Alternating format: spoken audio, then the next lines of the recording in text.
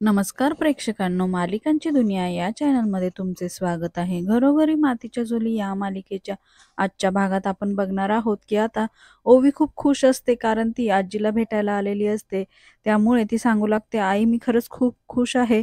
आज खूप दिवसानंतर आपण इथे आलो आहे, पण आपण कायम इथं कधी येणार? तर तेव्हा जानकी म्हणते, लवकरच येऊ. त्यानंतर ती म्हणते, जा तू आता आतमध्ये, मला कामावर जायचं आहे. परंतु ओवी ऐकायला तयार नसते. ती म्हणते, "नाही, मी एकटी जाणार नाही. तू पण चल माझ्यासोबत. मला खूपच कसं तरी वाटतं आहे." तेव्हा जानकी तिला समजून सांगते, "कसं तरी काय वाटायचं आहे? आपलंच घर आहे आणि आजी आहे ना आतमध्ये. तू जा. आता मला खरंच शक्य नाही. मला कामावर जायचं आहे गं." परंतु ओवी काही ऐकायला तयार नसते आणि ओवी जानकीला आतमध्ये ओढत असते. तेव्हा जानकीचं लक्ष मात्र समोर उभे असलेल्या गुलाबकडे जातं. दुसरीकडे मात्र आता ऐश्वर्याच्या रूममध्ये आजी येऊन बसलेली असते आणि आता ऐश्वर्या रूममध्ये येताना आजीला बघते. तेव्हा मात्र ती आजीला विचारते, "काय आजी?" तर आता आजी मात्र तिच्याशी नीट बोलत नाही आणि ती म्हणते, "काही नाही, बसली अशीच." आणि आता उद्धटपणा बघून ऐश्वर्या चिडते आणि ती म्हणते, "आजी माझ्याशी अशा भाषेत बोलायचं नाही बरं का." तर तेव्हा आजी म्हणते, "हो का? आणि तू वागते ते कसं वागते बघितलं का?" तेव्हा आता ती म्हणते, "काय झालं आहे नक्की?" मग ती आता सगळं सांगू लागते, "अगं तू काल कशी वागली सुमित्राशी, किती उद्धटपणे बोलली तिच्याशी. मला हे तुझं वागणं अजिबात पटलेलं नाही बरं का. तू खूप चुकीचं वागले आहे." तेव्हा मात्र आता ऐश्वर्या म्हणते, "तुम्हाला फक्त माझी चूक दिसते का? तुमची मुलगी कशी वागते ते दिसत नाही का?"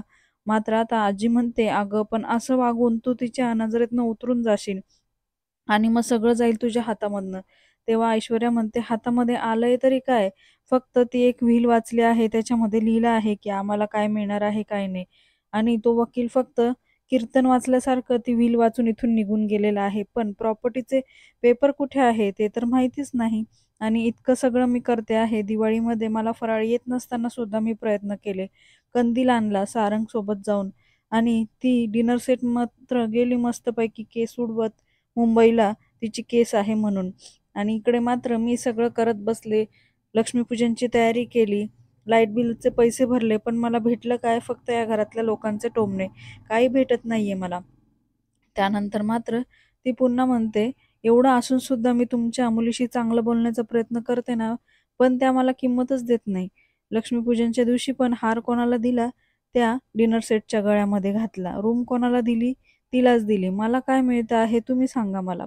तरीसुद्धा आता आजी तिला समजून सांगते, "अगं सगळं मान्य आहे, पण सारंग, सौमित्र सख्खे भाऊ आहे ना, मग त्यांनी जसं जुळवून घेतलं तसं तू पण अवंतिकाशी जुळवून घेतलं पाहिजे." तेव्हा आता ऐश्वर्या अजून चिडते, "मी आणि त्या डिनर सेट बरोबर अजिबात नाहीये. फार फार तर मी आईंशी गोड बोलेल आणि तेही तुमच्यामुळे बोलते आहे. त्यांच्या मागे पुढे करते आहे आणि मी भीक बाकीच्यांना सुद्धा तर." घालणार नाही हे लक्षात ठेवायचं बरं का. असं म्हणून आता ती आजीशीही रागात बोलते आणि आजीला पण बोट वगैरे दाखवून मोठ्या आवाजामध्ये आणि मोठ्या रुबाबामध्ये आजीला सांगते आणि त्यानंतर तिथनं रागातच रूममधनं बाहेर पडते. आणि आता ऐश्वर्याचं हे वागणं बघून आजी मात्र डोक्यावरती हात मारून घेतात की काही खरं नाहीये देवा. त्यानंतर मात्र आता दुसरीकडे ओवीला गुलाबच्या भरोश्यावर सोडून आता जानकी मात्र तिथून निघण्याचं ठरवते. इकडे मात्र गुलाब ओवीला बघताच जानकीकडे येतो आणि "काय वहिनी तुम्ही इथे अचानक? सगळं काही ठीक आहे ना?" तेव्हा ती म्हणते, "सगळं ठीक आहे. काय आहे ना, हिला आईंना भेटायचं होतं आणि त्यामुळे मी तिला इथं आणलं आहे. पण आता मॅडमला आत एकटं जायला कसं तरी वाटतं आहे.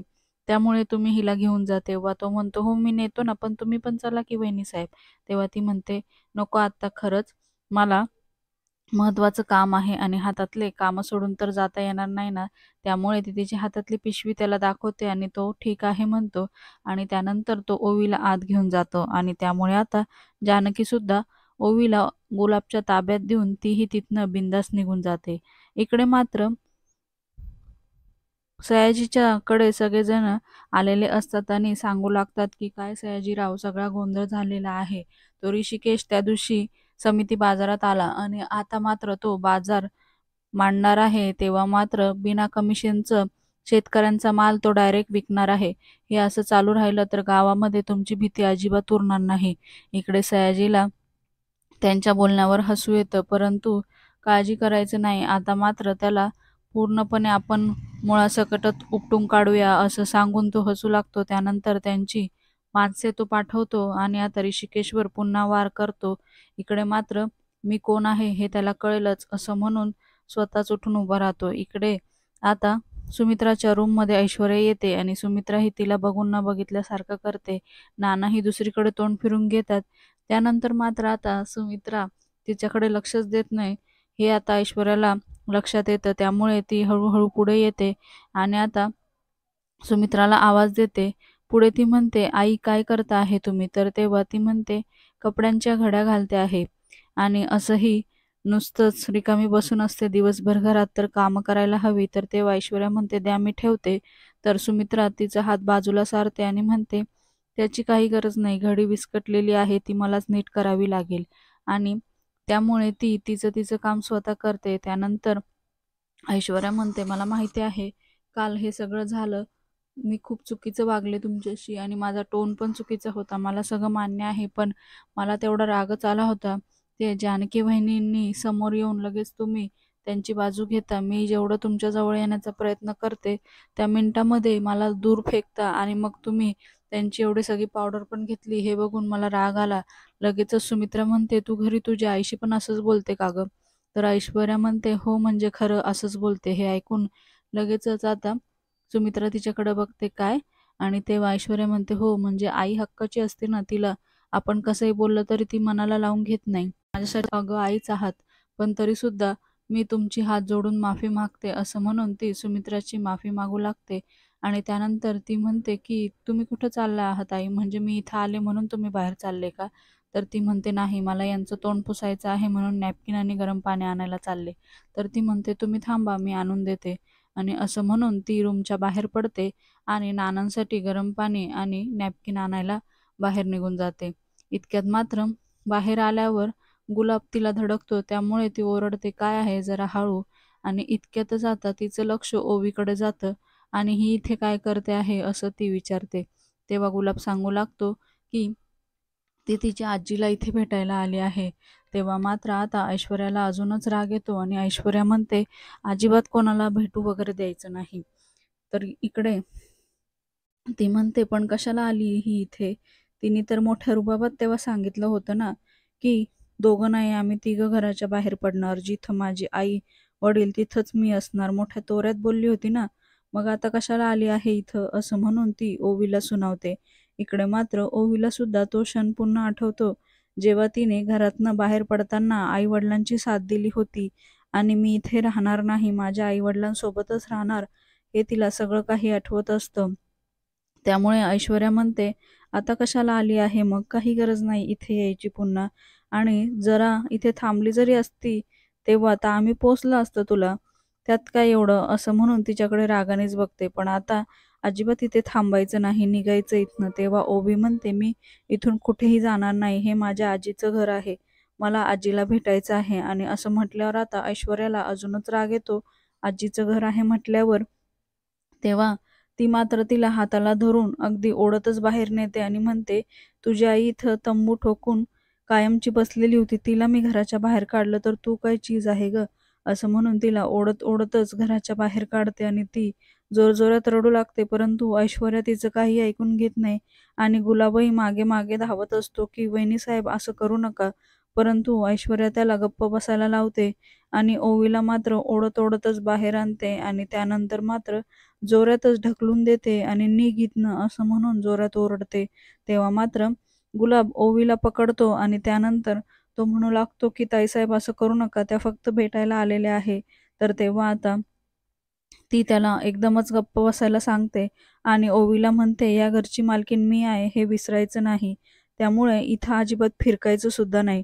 असं म्हणून आता तिथनं रागानेच निघून जाते आणि आत जाऊन दरवाजा बंद करून घेते. त्यानंतर मात्र ओवीही रडत-रडत तिथनं निघून जाते. इकडे गुलाब मात्र ओवीला थांबवण्याचा खूप प्रयत्न करतो, परंतु ओवी काही ऐकत नाही आणि रडतच ती तिथून निघून जाते. त्यानंतर मात्र आता ऐश्वर्या पण आत गेलेली असते आणि आता गुलाब विचार करतो, की आज हा जो काही प्रकार घडला आहे, तो मात्र आईसाहेबांना सांगायलाच हवा. म्हणूनच तो पळतच आता सुमित्राच्या दिशेने धाव घेतो. इकडे मात्र ओवी अजिबातच ऐकून घेत नाही आणि ती तिथून तशीच रडतच बंगल्याच्या बाहेर पडलेली असते.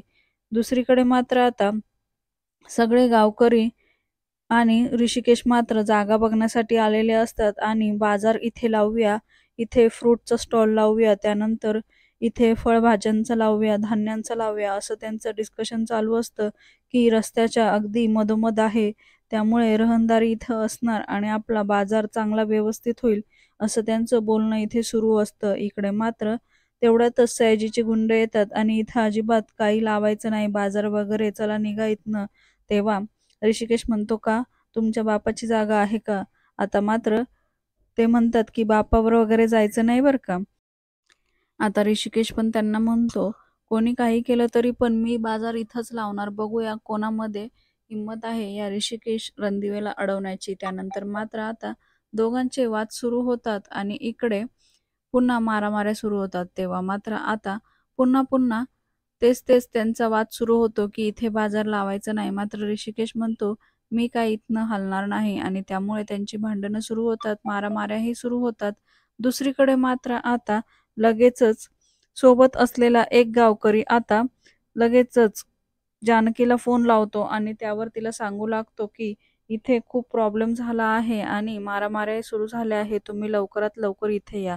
दुसरीकडे गुलाब मात्र आता सुमित्राकडे पोहोचतो आणि आईसाहेब म्हणून जोरजोरात तेव्हा तो म्हणतो, मला माहिती आहे मी या घरचा नोकर आहे, मी जास्त बोलू शकत नाही, पण आज जे झालं आहे ते मला अजिबात पटलं नाही. तेव्हा ती म्हणते, काय झालं आहे, तुला कोणी ओरडलं का? तेव्हा तो म्हणतो, नाही मला कोणी ओरडलं नाही, पण इथे ओवी बाईसाहेब आल्या होत्या आणि वहिनी साहेबांनी त्यांना हाताला धरून हाकलून दिलं आणि त्यांना वाटेल तशा बोलल्या आणि त्या रडतच इथनं बाहेर पडल्या. हे ऐकून सुमित्राला फारच वाईट वाटतं.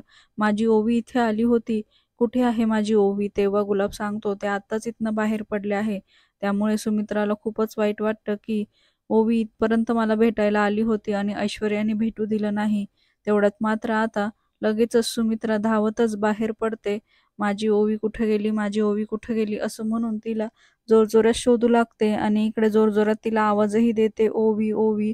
आणि त्यानंतर ऐश्वर्याने का बाहेर काढलं इतकं मात्र गुलाबही सांगू लागतो की त्या खूप म्हणत होत्या की भेटायचं आहे, पण ऐश्वर्या वहिनी साहेबांनी अजिबात त्यांचं ऐकलं नाही आणि त्यांना हाकलून दिलं. दुसरीकडे मात्र आता सुमित्रा सगळ्या घरभर तिला शोधू लागते आणि बाहेर अंगणामध्ये सुद्धा शोधू लागते की ओवी बाळा कुठे आहे तू? तुझी आजी इथे आहे बघ, मी आहे इथे, कुठे आहेस तू? आणि जोरजोरात तिला आवाज देते, सगळीकडे तिला शोधू लागते, परंतु ओवी कुठेच तिला भेटत नाही. त्यामुळे ती खूपच दुःखी होते आणि तिच्या डोळ्यामध्ये पाणी येते की इथपर्यंत ओवी भेटायला आली होती पण मला भेटू शकली नाही. या ऐश्वर्यामुळं हे सगळं घडत आहे हे तिच्या पुन्हा लक्षात येतं. दुसरीकडे मात्र आता ऋषिकेशची मारामारी सुरूच असते. तेवढ्यातच आता तिथे जानकी पोचते आणि ऋषिकेश सांगत असतो की हा ऋषिकेश रणदिवे आता कोणाच्या बापाला घाबरत नाही, ज्याला अडवायचं त्याने अडवून दाखवा. तेवढ्यातच मागणं त्याच्यावर वार होणार इतक्यातच जानकी मध्ये पडते आणि तो वार तिचा डोक्याला लागतो. त्यामुळे आता ऋषिकेश अजूनच संतापतो आणि तो समोरच्यांना अजूनच मारतो. इतक्यात गावकरी सुद्धा त्याची मदत करतात आणि तिथल्या लोकांना पळवून लावतात. त्यानंतर आता ऋषिकेश तिला पाणी पाजतो आणि तू इथे कशाला आली म्हणून विचारू लागतो. तेव्हा ती म्हणते, तुमच्यावरचा वार मी नेहमी झेलेल, मला काहीही झालेलं नाही. आणि आता ऋषिकेश म्हणतो, आता मी त्या सयाजीला सोडणार नाही, त्या दिवशी फक्त मान तोडली, आता अजिबात सोडणार नाही. तेव्हा ती म्हणते, ऋषिकेश मी तुम्हाला हेच सांगत असते की पुन्हा मारामाऱ्या केल्याने फक्त जखमा वाढणार आहे. तुमच्याकडे ठोस पुरावा आहे का? मारामारी करून काहीही होणार नाही. तुम्हाला जर धडा शिकवायचा आहे ना चांगला, तर एखादं चांगलं काम करून त्याला धडा शिकवा. पण हे तुमचा जो मार्ग आहे तो अगदी चुकीचा आहे, त्यामुळे असं तुम्ही वागूच नका, असं म्हणून ती त्याला आता समजावून सांगण्याचा प्रयत्न करते. इकडे मात्र ऋषिकेशला सुद्धा जानकी म्हणते आहे ते पटू लागतं, परंतु सयाजीरावानेच हे केलेलं आहे याची खात्री मात्र ऋषिकेशला असते. परंतु काही पुरावा नसल्यामुळे यावेळेला तो जानकीचा ऐकून गप्प राहतो. पुढील भागात आपण बघणार आहोत की आता जानकी ओवीला रस्त्यावर भेटते. त्यामुळे काय झालं ओवी असं विचारते. तेव्हा ती रडून आईला मिठी मारते आणि सांगू लागते की आई, मी आज गेले होते तिथे, ऐश्वर्या आंटीने मला भेटू दिलं नाही आणि घराबाहेर काढलं. तेव्हा जानकी म्हणते, तू काळजी करू नको, ऐश्वर्या आंटीला तिने वागलेल्याची शिक्षा नक्की भेटणार. दुसरीकडे सुमित्रा संतापूनच घरामध्ये येते आणि ऐश्वर्या बाहेर आहे, हातातली सगळी कामं सोडून बाहेर आहे. आणि तेव्हा ऐश्वर्या गरम पाणी घेऊन येते. हे बघा आई, मी पाणी घेऊन आले. तर तेवढ्यात ते पाणी सुमित्रा उडवून लावते आणि ऐश्वर्याचा हातही भासतो. तेव्हा मात्र आता सुमित्रा तिला विचारते, "तू आहेस कोण गं?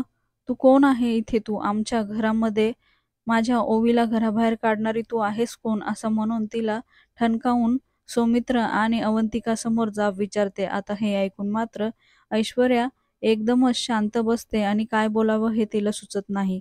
मालिकेच्या अशाच नवनवीन भागांसाठी आपल्या चॅनलला नक्की सबस्क्राईब करा.